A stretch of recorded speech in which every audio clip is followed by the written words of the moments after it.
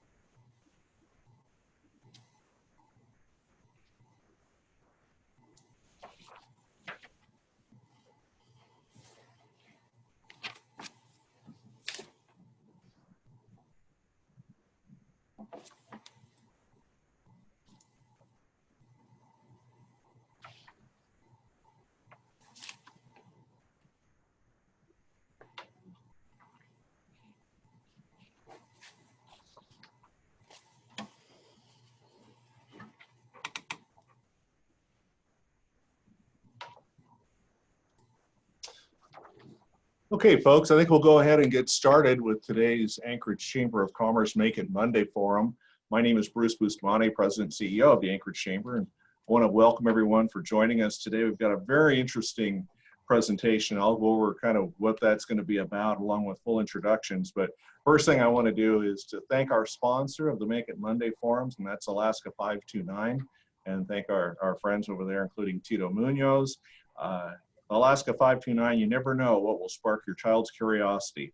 Alaska 529 can help you prepare, save in Alaska, study anywhere. So always a great investment. That's in education.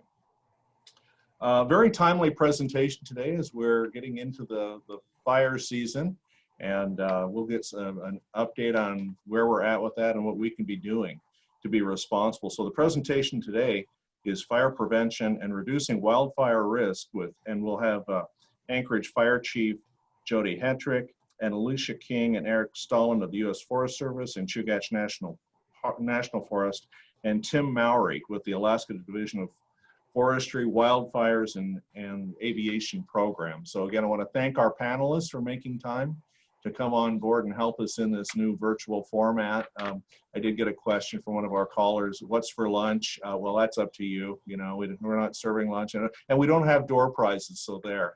Sorry about that. Sorry about the disappointment there.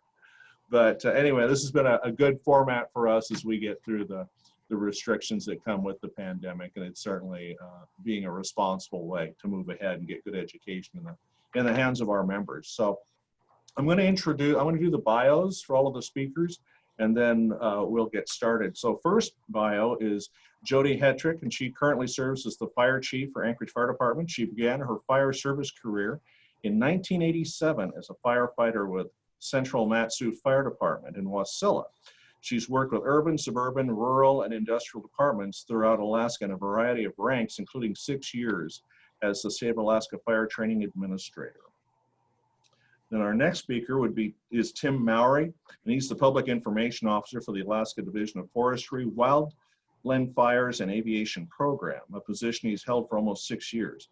He's based at the Alaska Fire Service and Alaska Interagency Coordinator Center at Fort Wainwright in Fairbanks.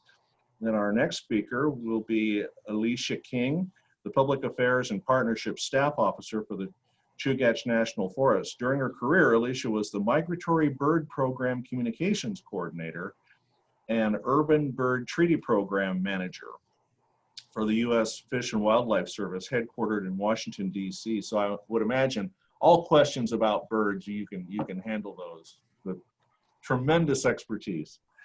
And then our final speaker, batting cleanup, will be Erick Stahlin.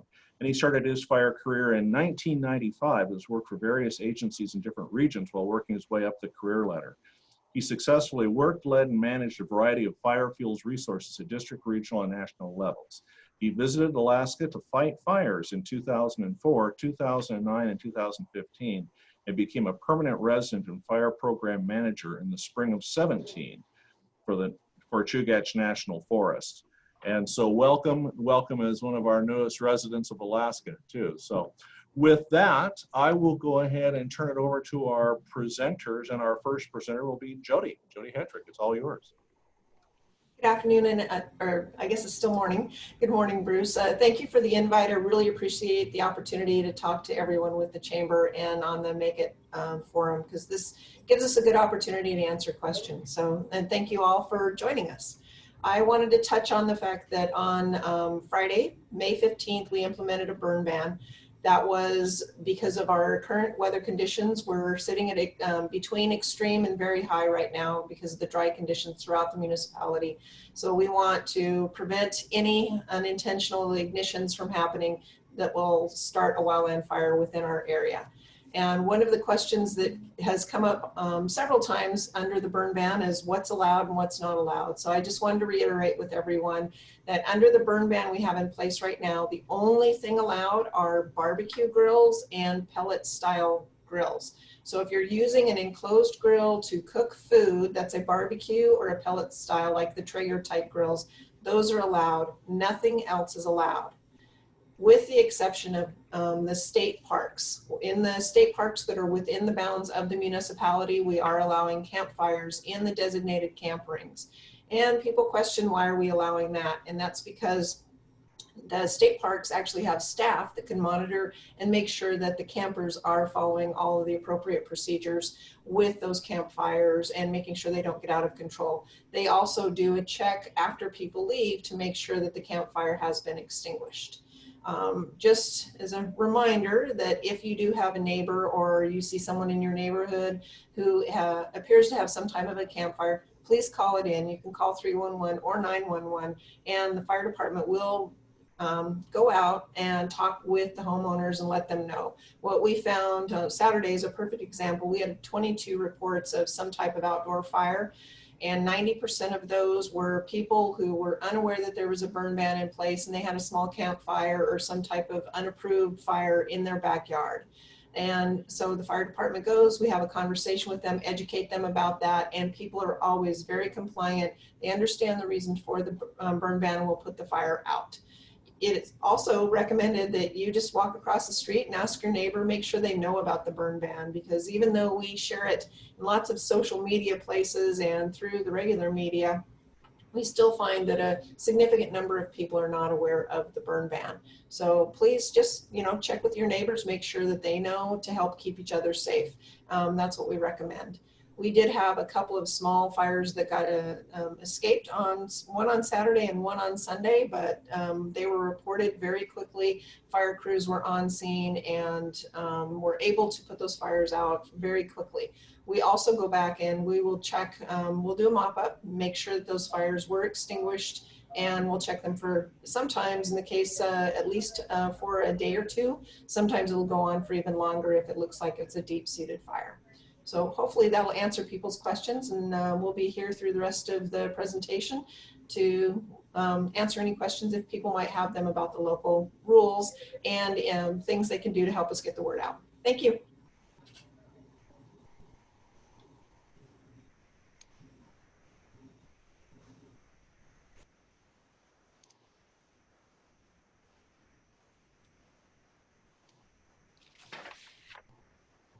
Okay, now we'll hear from Tim Mowry. Tim, you ready to come on? Yes, I am. All right, it's all yours. Yeah, good morning, everyone. Yeah, it's still morning.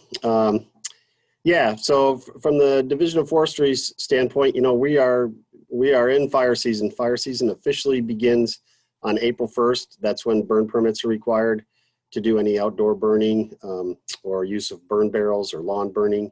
And that's a statutory season, April 1 to August 31. A permit is required.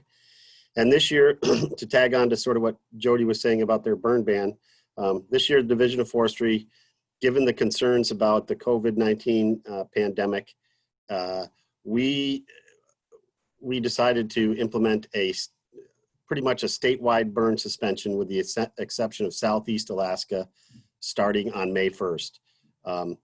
We rely heavily on resources from the lower 48 and busy Alaska fire seasons, such as last year when we brought more than 5,000 people up from the lower 48.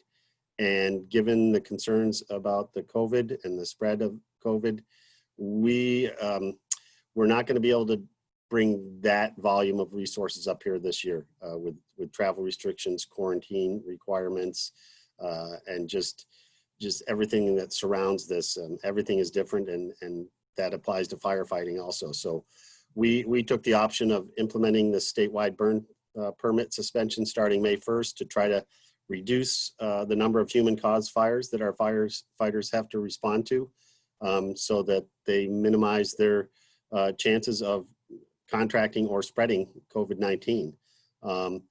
So thus far, and let me to clarify, a burn permit suspension, that applies to permits. So that's use of burn barrels is prohibited.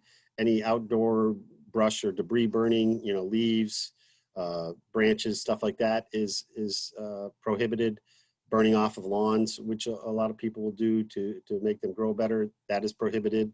You still can have a campfire 3 feet or less in diameter and flame lengths of 2 feet or less, but burn barrels and debris burning is a no.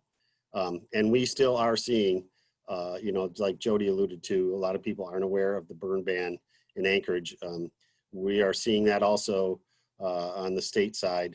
A lot of burn barrels still being used, a lot of debris burns.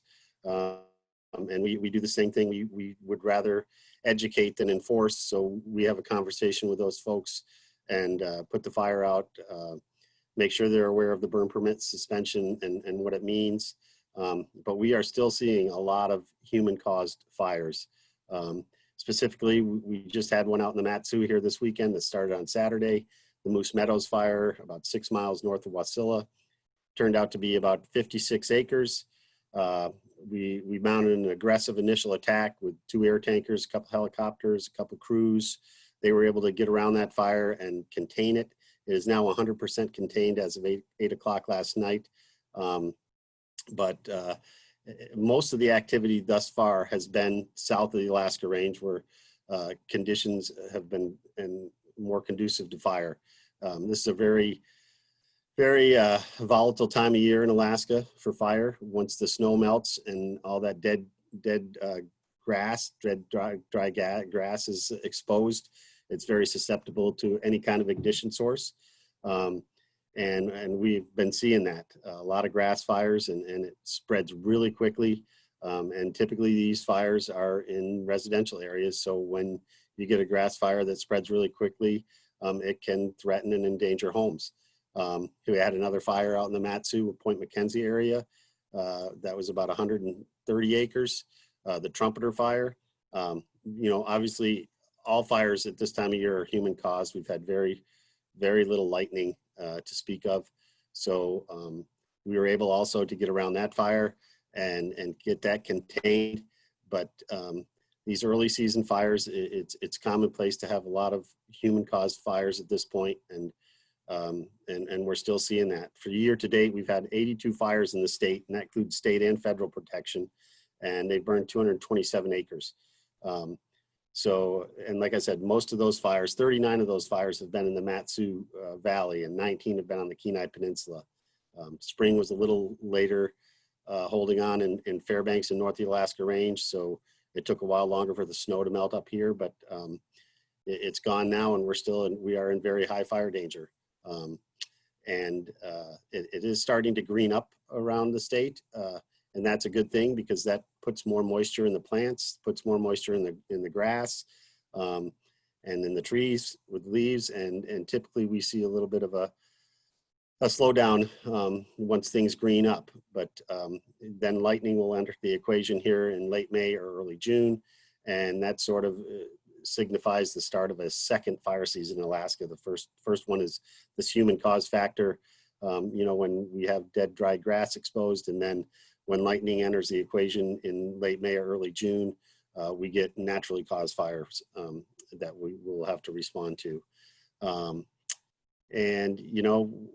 we, depending on the activity, you know, we are ready to even further restrictions if we have to, and that would be applying to maybe campfires, you know, in dispersed camping sites, and then even campfires in dedicated fire rings and such if conditions get to that point.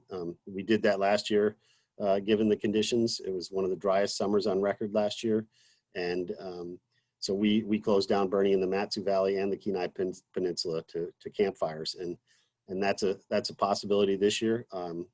You know, depending on what Mother Nature has in store. It's been a very dry last month here.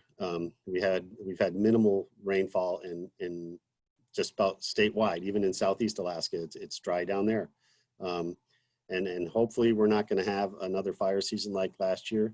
But we're trying to do everything we can to keep our firefighters safe and the public safe, and that was the initial reason for this burn permit suspension. But since that's gone into effect, the conditions are such that we would have burn suspensions in these areas with or without COVID.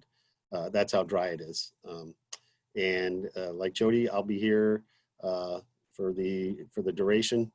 We do have all our resources in place, 2 air tankers, 1 based in Palmer, 1 based in Fairbanks. Each one of our area offices in Fairbanks, Delta, Tok, Copper River Basin, Matsu, Kenai, and McGrath have helicopters available for use on contract. We move resources around the state depending on fire activity. We have sent folks from Fairbanks because the fire danger here initially was pretty low. We sent some engines to Kenai Peninsula to help out. The Tok area office sent some to Palmer to help out. And we do that. We move resources around the state depending on fire activity and the needs.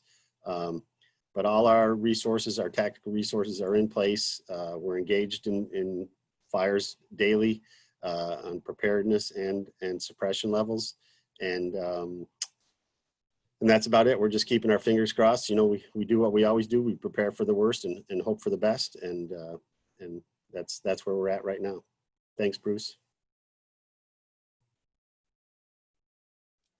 Well, thank you, Tim, for that update. That's well, you got a lot on your hands in preparing for the summer season. So, okay, with that, I'll hand it over to Alicia.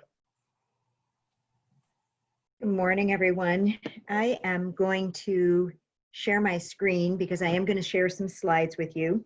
And again, I'm Alicia King. I am the Public Affairs and Partnership Staff Officer for the Chugach National Forest. My focus is with the Supervisor's Office and supporting and aiding all of our staff throughout the whole Chugach National Forest. So I want to spend a little time mostly focusing and talking about the public messages that we try to get out and the reasons that we want to engage with the public. And so I am hoping that I'm going to actually share my slides. And I'm going to need a little help to let me know if you can see the slides or not see the slides. Looks good, Alicia. All right, great. So let me first start to say that across the nation, millions of wildland acres will burn unintentionally this year. And unintentionally are those human-caused or unplanned fires. And in 2019, across the nation, 87% of the wildfires were caused by humans. On our forest, on the Chugach National Forest, those, it's more like 98% are human-caused. So that's a big focus that we have on our forest. Communication is a huge part of what we try to do to help prevent unintentional wildfire. So it's incredibly important for us to reach people, to help them understand their role in preventing unintentional fires. And then I am just going to try to keep managing through this slide presentation. So most of you are probably aware of Smokey Bear. Smokey has quite a history related to trying to reach people and talking about ways that people can really be responsible. And the motto from Smokey Bear was, "Only you can prevent wildfires." And so it's something that we spend a lot of time messaging with Smokey, just so that we're able to share that message and able to get it across that that you play a huge role in preventing fires. So as you heard from Jodie and you heard from Tim, people do like to make fires. There's something just, romantic about having a fire at your campsite or in your backyard. And I must admit, with as nice as it was over the weekend, I thought, oh, time to break out the s'mores, because it was just so nice to get out there and have a fire. Not only does it add warmth and comfort, but, it's an opportunity to cook things, and especially s'mores. And so with creating fires comes the responsibility of taking care of those fires and making sure that how to build a campfire, where to build a campfire, and how to extinguish a campfire. So I do want to go through a few kind of rules of building campfires, keeping in mind, what you're doing related to having a campfire, and things that you probably already know, but maybe you don't think about it a lot, or maybe you have the opportunity to talk to other folks and you can remind them of the importance of being responsible for your campfire. So not building a fire in a hazardous condition, really recognizing the wind is high, there's a lot of dry debris around, maybe it's not just the best place for me to be building a campfire. Using an existing fire ring or fire pit is always preferable, because it's a designated area where you are more likely to be able to contain that fire. And then choosing a site that's at least 15 feet away from anything that could potentially burn. I'm amazed at how many times people build their fires close to their tent, or like right outside the door of their tent. Any kind of shrubs, any kind of trees, any kind of flammable object that could potentially burn. A fire needs to be created well away, at least 15 feet away from that. And then being aware of low hanging branches or other fuels that are around. Again, I'm amazed how many times people will build a campfire and they don't look up.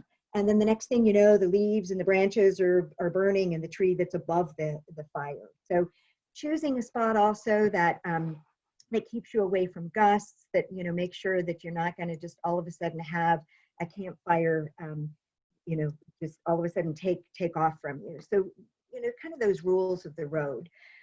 And then having a bucket of water close by, a bucket of sand, a shovel, keeping it close to the site where you're building the campfire or building the fire is important, so that you have those tools available if you should need to douse the fire quickly. They're right there next to you. And then along with that, just thinking about the natural habitat that you may be building your fire in, not cutting anything. For one thing, live wood doesn't burn. Eventually it might, but never a good idea to cut any trees or cut anything down. If you find dead or debris, logs and things close by, that's fine. But even taking into consideration trees that are standing dead, you don't want to cut those down, because they could be home for birds. We were chatting earlier as we were beginning this webinar that birds are looking for places, especially right now, to build their homes. And so those dead trees and snags can be places for wildlife to live, and you don't want to take their home away from them. And then using a lighter or matches to start your fire. And I know that seems elementary, but using any kind of flammable liquid or any kind of lighter fluid is never permissible, never a good idea when you're thinking about building your fire. So making sure that you just kind of keep those things in mind as you're building your fire. Keeping the fire small and manageable. So making sure that you're not creating this big bonfire that could get out of control. Keep it small, keep it manageable, keep it under control.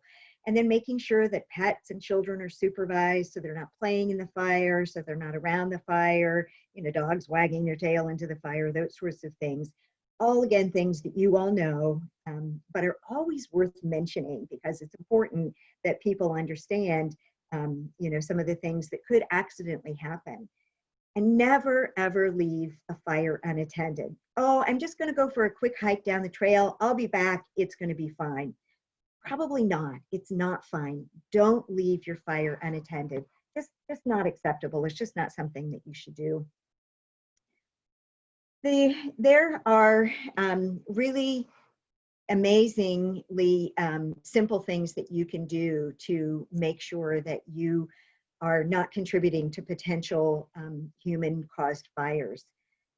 The public really does help with the responsibility of making sure that there are not human-caused fires.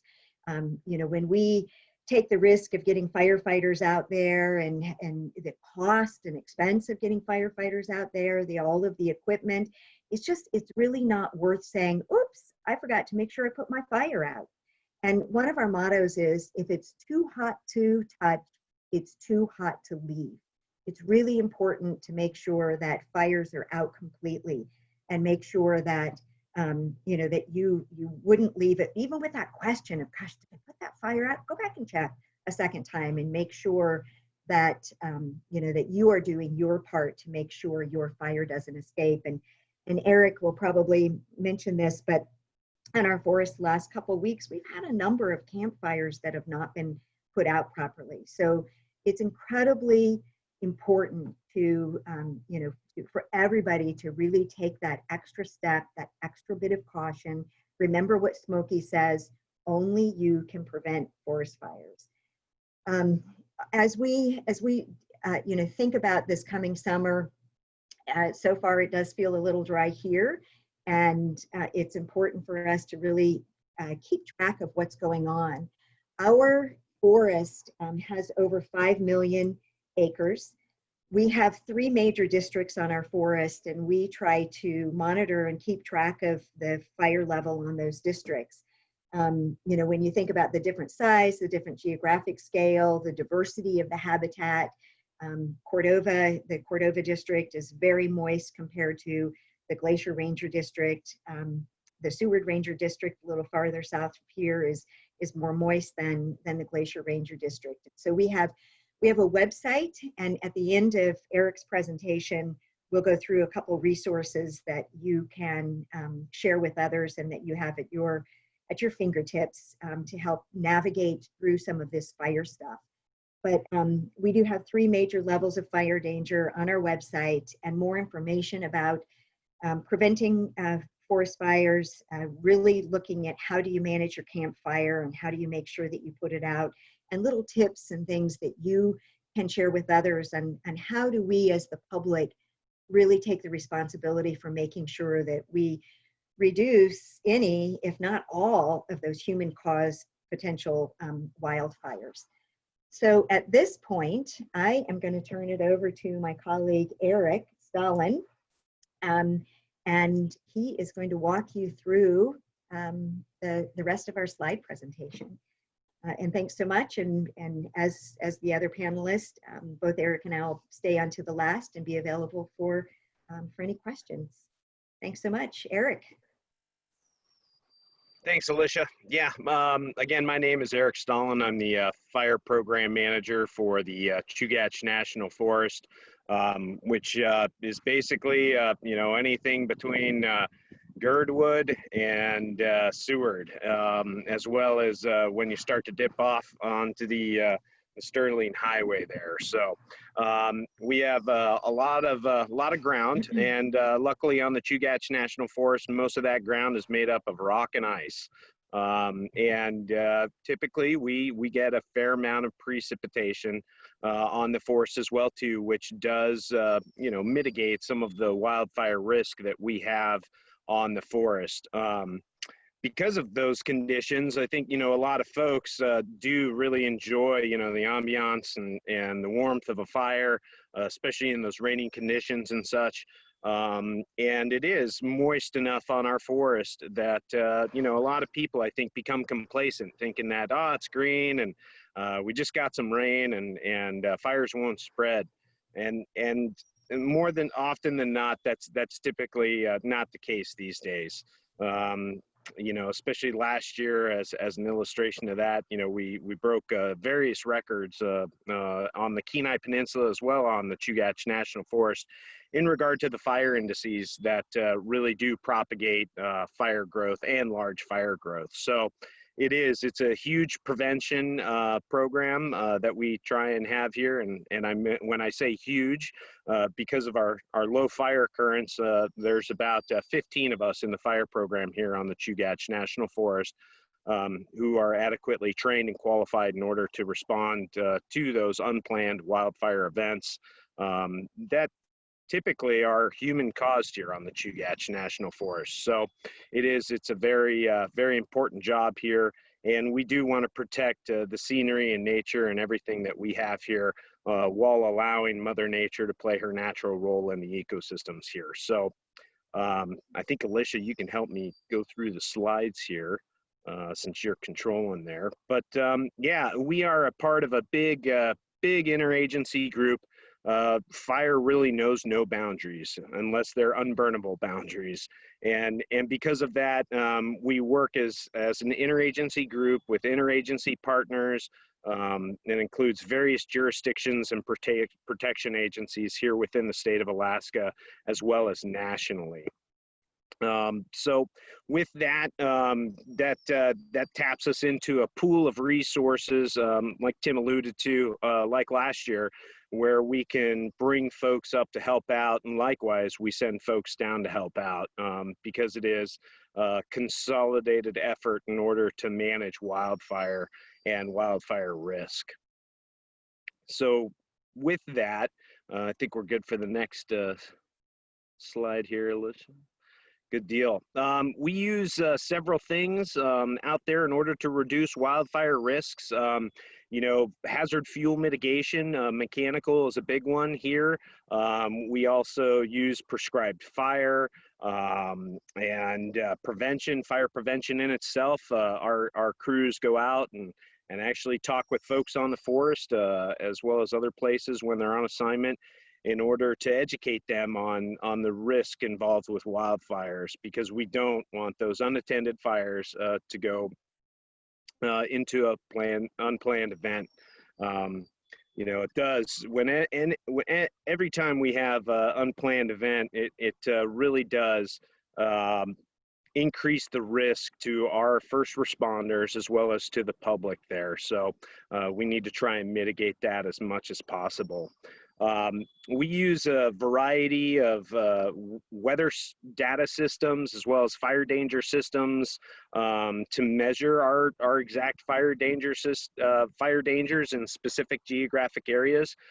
Those are typically referenced through remote automated weather stations, which pull actual climatology as well as the actual conditions in order to combine 5 fire danger levels that we've got out there, which is that low, moderate, high, very high, and extreme. And really up here in Alaska, depending on the day and what conditions may be out there for that geographic area, we can see fires, you know, grow in moderate to, you know, of course, to extreme fire dangers there. So it's all about people being responsible, reducing the overall fire risk to first responders, because ultimately those are sons and daughters of people out there. So yeah, I think next slide here. So yeah, so we've got a lot of stuff and things, you could say. You know, Tim mentioned a variety of tools that we use, such as air tankers, helicopters, engines. You know, sometimes we use dozers if conditions warrant.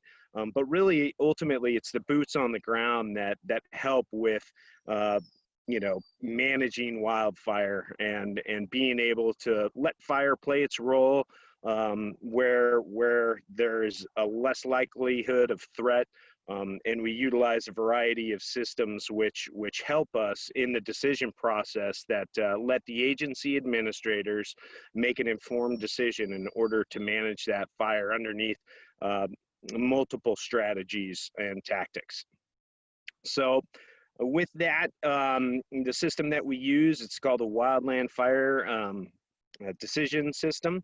WFDUS is what it's referred to as, and basically that takes all the components of wildfire management. That's you know, duration, that's severity, that's drought, that's weather conditions, that's tactics, that's protecting natural resources, that's protecting life and property, and we boil that down into a decision that incident management teams that they can utilize in order to pretty much manage a wildfire. And that may mean putting it out on one side and corralling it on another side in order to really kind of keep wildfire away from those values at risk. Next slide. Yeah, and like I said, we've got a lot of tools in the toolbox in order to do that. Again, you know, with COVID being around and that being a significant hazard to our wildfire system, we definitely want to reduce the amount of mobilization of fire resources from different geographic areas, so we can kind of reduce those risks of spreading that disease and such. So really, prevention this year is going to be a key part, and potentially you know, heavy aggressive initial attack, provided that you know, the safety of our firefighters is first and foremost. So so with that, yeah, I think you know, Alicia kind of alluded to it, but you know, the one great thing about COVID, or if you try and look at any positives of the situation, a lot of folks have been able to get out and recreate on the national forests, as well as, you know, just out in general, state parks and whatnot. And with that, we just need to be responsible as folks get out and enjoy that fresh air and such, so we're not moving folks around and not bringing on any unneeded risk. With that, I think, what's our next one? Is this allowed? Okay.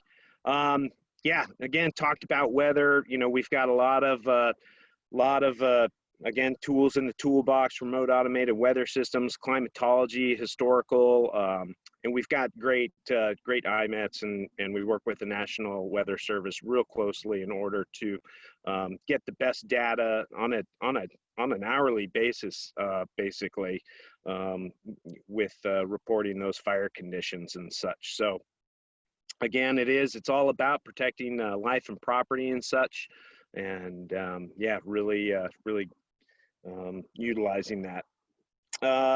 Other than that, I think you know, our management is based off of a statewide cooperative agreement with pre-identified fire management options. And again, the overarching group that brings all these interagency partners together that you can see down in the bottom of your screen there is captured underneath the Alaska Wildland Fire Coordination Group. And that brings everybody together, and there's subgroups that are tiered off of that group. One of them being the fire preparedness group, where we can work together in order to have uniform messages and fire restrictions, so we can reduce the confusion from one area to another, because there is such differences in the geographic area here in Alaska. Other than that, yeah, this year, you know, like everybody's alluded to, we could be implementing fire restrictions. The state already has on their respective jurisdictions and such, and it's all about reducing risk there. So, you know, just to reinforce on the national forest lands, fireworks are not permitted, exploding targets are not permitted, tracer rounds are not permitted, and really we shouldn't be seeing those on the forest at all. And ultimately that should reduce the chance of unwanted ignition there. Just remember, when you have your campfires, the preferred is in a designated site, but if you are in a dispersed area and are camping off the road somewhere, we've got quite a bit of dispersed camping out by Hope and such, please make sure to utilize the existing fire pits that are out there, having a rock ring around there. And as Alicia alluded to, having a shovel and a bucket of water there is great, in order to really kind of stir those fuels together with the unburnable material and ultimately extinguish that fire before you leave the area and such. So it's okay to use, you know, everything at this time, at least on the national forest lands. But, you know, again, we're going to work with a greater interagency group in order to have a clear and concise kind of approach to fire restrictions as we move into fire season more and more here. So next slide. Great. I think, yeah, we've got some references here off of our Chugach National Forest webpage here, as well as the Alaska Interagency Coordination Center up out of Fairbanks there. They've got great maps that show pretty much the fire activity in the state, as well as the localized fire danger and stuff. So again, there's a number down at the bottom there. And yeah, I think this is the last slide, right, Alicia? All right, good deal. Well, that's all I have. Thank you.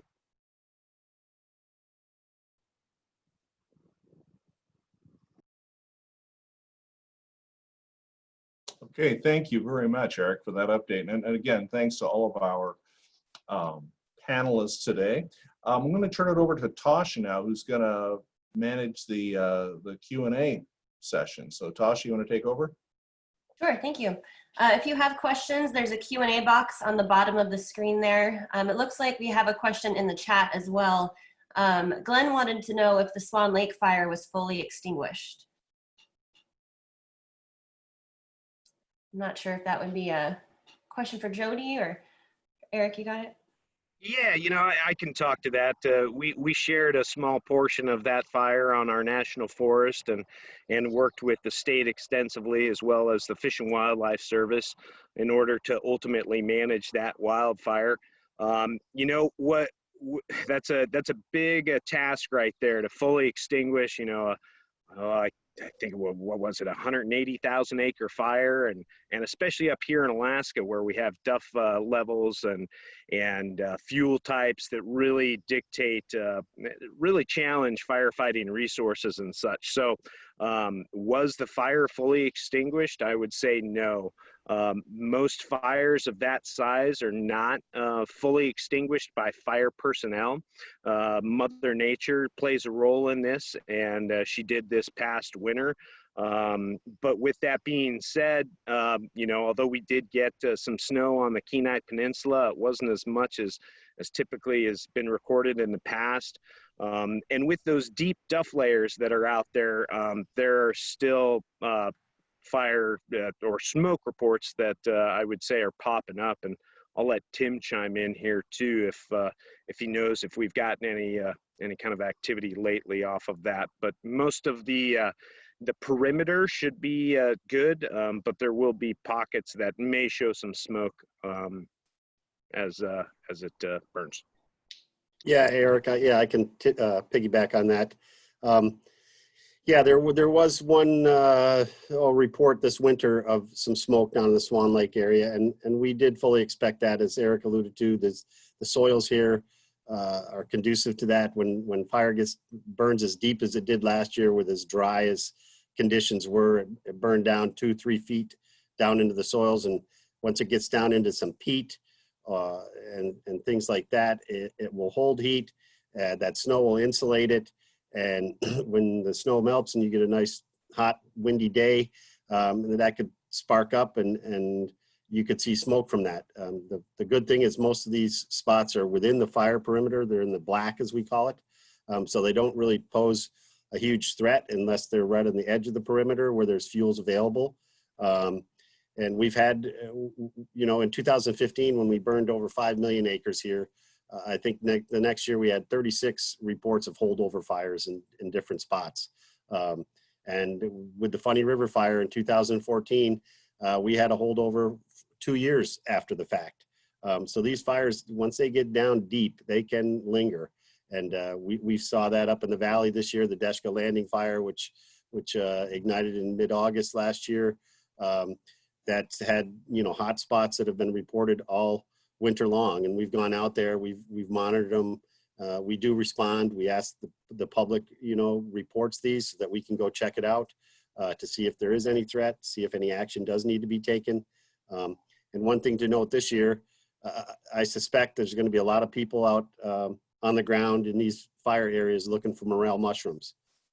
It's usually the year after a big fire year, morels will pop up after a rainfall. It's a very, they're considered a delicacy, and people will go out and harvest these, you know, both for personal use and commercially. And we just ask people if they're out there doing that and they see smoke, to report that and to avoid it. There still could be an ash pit there that is still hot, and if you step into it or you fall into it and trip, you can get injured, burned. So people need to be aware of that. And it is not funny, but last week, the Division of Forestry responded to a report of a smoke column in the Swan Lake area, over, I think it was called, something hilltop. There's a mountain down there. It was out in the Mystery Hills, but I saw a picture of it, and it did look like a smoke column coming off the top of a mountain. And we flew a helicopter up there to check it out, and it was an ash devil, not like a dust devil, you know, or a dirt devil that we see in the interior a lot of times with silt on the riverbeds and stuff. But this was actually ash being swirled up into what looked like a smoke column, but it was just ash dust that the wind stirred up. And we went up there and checked it out. It did not pose a threat, but just really interesting. I've heard a lot about dust devils and dirt devils, but I'd never heard of an ash devil. And but that's something that we're going to be looking at this year is holdover fires. And we're expecting, you know, once we haven't really had much hot weather yet, so to speak, of across Alaska, but we expect to see some of these larger fires from last year put up some smoke in isolated spots that maybe maintained heat all winter. Interesting, thank you. I didn't know that about the mushrooms. Good to know. Do we have any other questions? Let's see here. Hi, Tasha. It looked like there was a question in regard to the extent of the burn ban in the municipality. So I'd like to touch on that real quick if I can. Yes, please do. So the burn ban is for the entire municipality, which is the First Connect Bridge all the way down to Ingram Creek, which is the beginning of the Kenai Peninsula, and it goes all the way to the first entrance of the Whittier Tunnel. So it is the entire municipality. That includes Chugach, Eagle River, Girdwood, Indian Bird, all of the communities, but all along the road system. Great, thank you, Jody. Let's see. And Tasha, this is Tim again. If I could chime in, Yeah. You know, the Division of Forestry and the Alaska Fire Service, as Eric mentioned, this is a huge wildland firefighting in Alaska is a huge interagency effort, more so than anywhere in the lower 48. Everybody works together here. We share resources with the Alaska Fire Service and the U.S. Forest Service. Like I said, we have 2 air tankers and helicopters are each of our areas. The Alaska Fire Service brings on 4 water scooping aircraft that are used on an interagency basis. So if there's a fire, it's not, you know, it's not a Division of Forestry fire, or it's not an Alaska Fire Service fire, or it's not a U.S. Forest Service fire. Yeah, they may be the protecting agency, but we share all these tactical resources based on priorities and needs. And so that's a big factor. And the Division of Forestry, we use social media, as everybody does now, as our main avenue for getting information out. And we have a WordPress blog where we post most of our information, and that automatically populates both the Division of Forestry and Alaska Fire Service Facebook and Twitter accounts. And that blog is akfireinfo.com. You can subscribe to that. You can log on to akfireinfo.com. Go down to the bottom right. There's a little box there that says subscribe. You type in your email address, and every time that we post a update on a fire anywhere in Alaska, you're going to get an email, a notification saying that, you know, an update was just posted to AK Fire Info. And so that's a great resource for folks who want to check on ongoing fires, on new starts. We try to get information out as quickly as possible. on these fires so people can make informed decisions about whether they need to evacuate, you know, if they have livestock, if they have dog teams, things like that. We're trying to get this information out on a real-time basis so that people have this information in their hands to make decisions. So that again is akfireinfo.com. Thanks. Thanks, Tim. I put the link in the chat box too, so if anybody wants to share it. And then, yeah, in terms of chamber, we'll be sure to get out any of this information to our members through emails, and then we'll ask that everyone shares via social media. Looks like we do have a question about the burn ban in Matsu.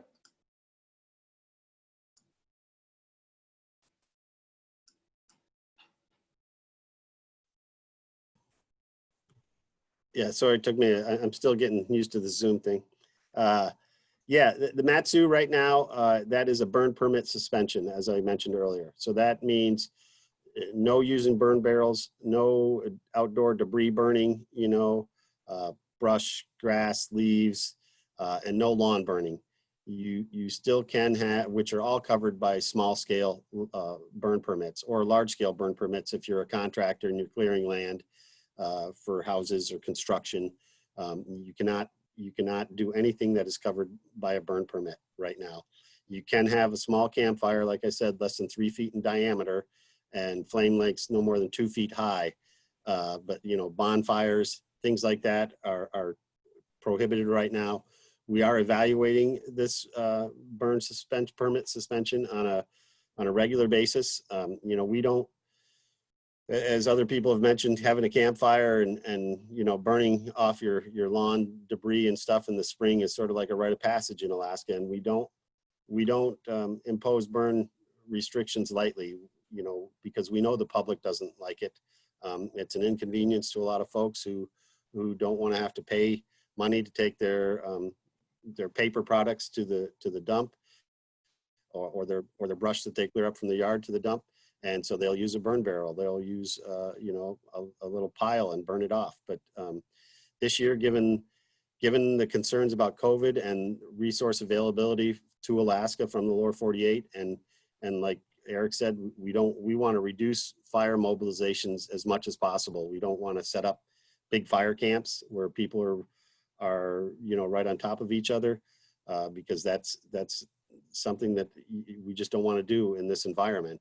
And, you know, wildland firefighting is not conducive to a lot of the guidelines that the CDC has in place, you know, social distancing and wearing a mask and things like that. Our crews work really, they're like a family unit, and they work really closely together. They are taking every precaution that they can take. You know, we're disinfecting engines you know, the insides of engines that people are riding in on a daily basis. We're disinfecting helicopters that our folks ride in on a daily basis. They're wearing masks. We're not having, you know, when practical, we're not allowing public to come into our area offices. You know, we're doing everything, you know, virtually. We're holding briefings virtually. We're holding meetings virtually. So there's a lot of thought that has gone into best management practices to deal with COVID. So yeah, we're doing what we can, but we still want to be able to respond to fires, you know, as soon as possible when we can, and treat them with an aggressive initial attack, which has been the case so far this season, to keep them small. So we're not going to have to mobilize a lot of resources. And that is in large part for the reason for this burn permit suspension for most of the state. It's just, we want to do everything we can to reduce human caused fires to keep, like I said, our firefighters and the public safe. Great, thank you. What precautions should businesses take to prevent ignition of dry fuels when out and about in less developed areas?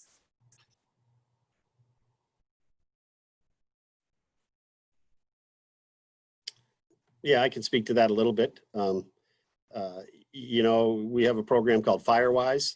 It's a national program, and there's all sorts of things a homeowner can do to make their homes more resistant to wildfire, you know, whether it's thinning trees that are close to the home, removing any flammable items. You know, you don't want a a grass fire running right up to the edge of your house. So if you can ring it with gravel, something like that, so that there's a barrier there, you know, clean dead leaves, dead dry leaves and spruce needles out of your gutters, you know, move firewood away from your home, anything like that.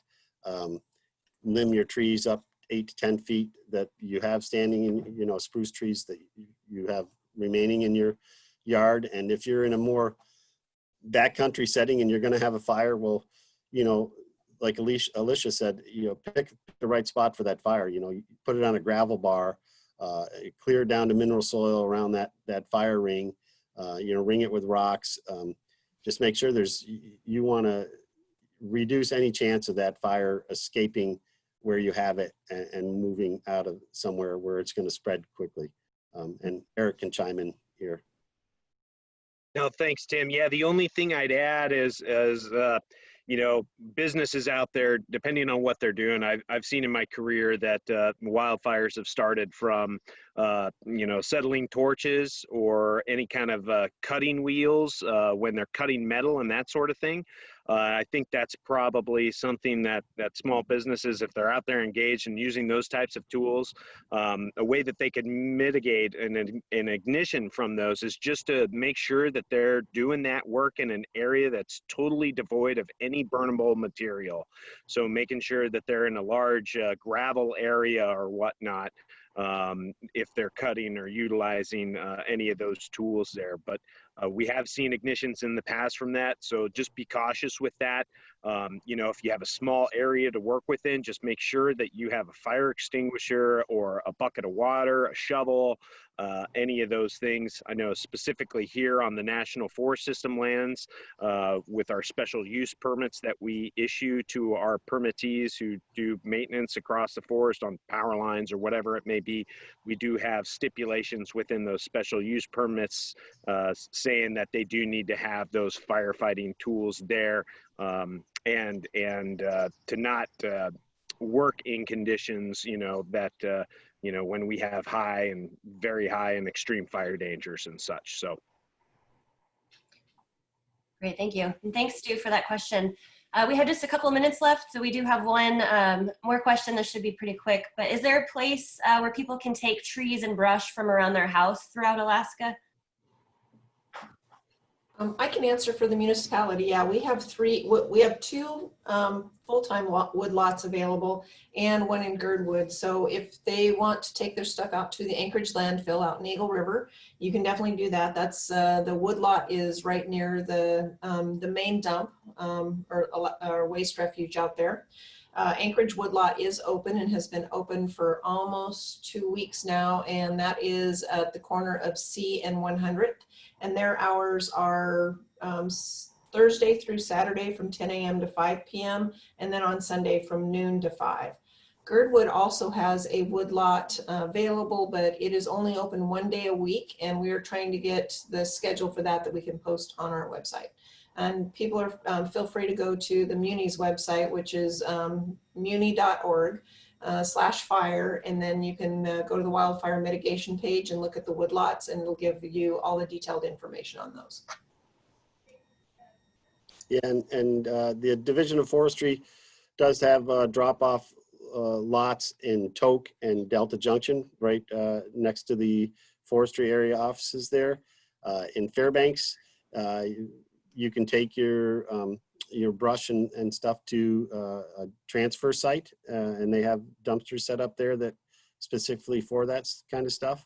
And you can also take it to the landfill. And I recognize in some places that is a cost, but it's much safer than burning it, and it's a lot cheaper than if a fire starts and we have to mobilize a huge response to that fire.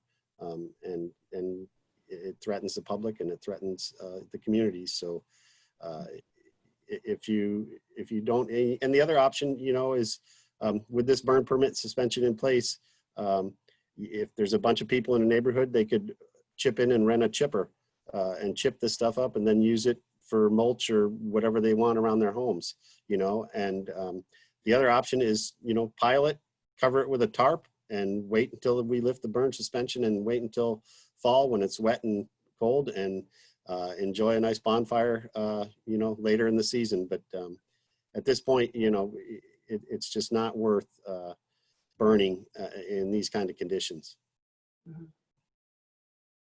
And I would just add, if anybody's here from some of the small communities down on the Kenai Peninsula there, talking about Moose Pass, Hope, Cooper Landing, we do also administer a Firewise brush disposal site out of Moose Pass, and you can contact the Seward Ranger District in order to gain access to that.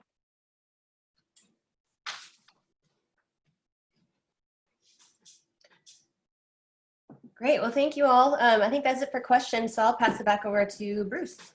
Great. Well, thank you, Tasha. Again, thank you so much. It's so good to get this information now. You know, we're coming up on Memorial Day weekend, and it's hard to believe that a week from today is Memorial Day. It just seems like May just started. So anyway, thank you so much for your time and information. I heard Tasha get a little excited about the morel mushrooms. You know, make sure you do your homework. I know which mushrooms are good.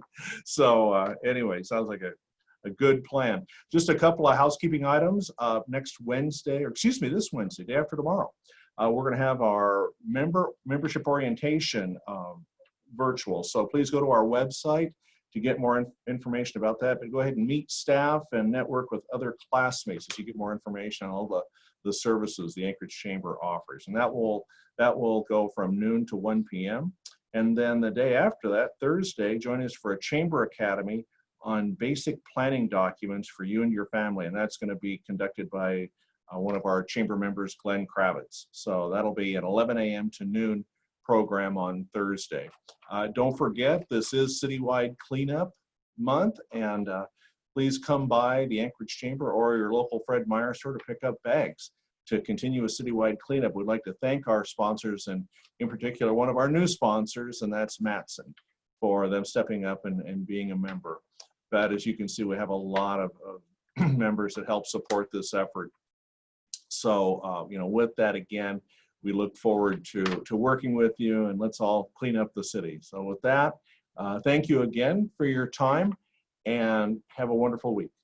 Bye now.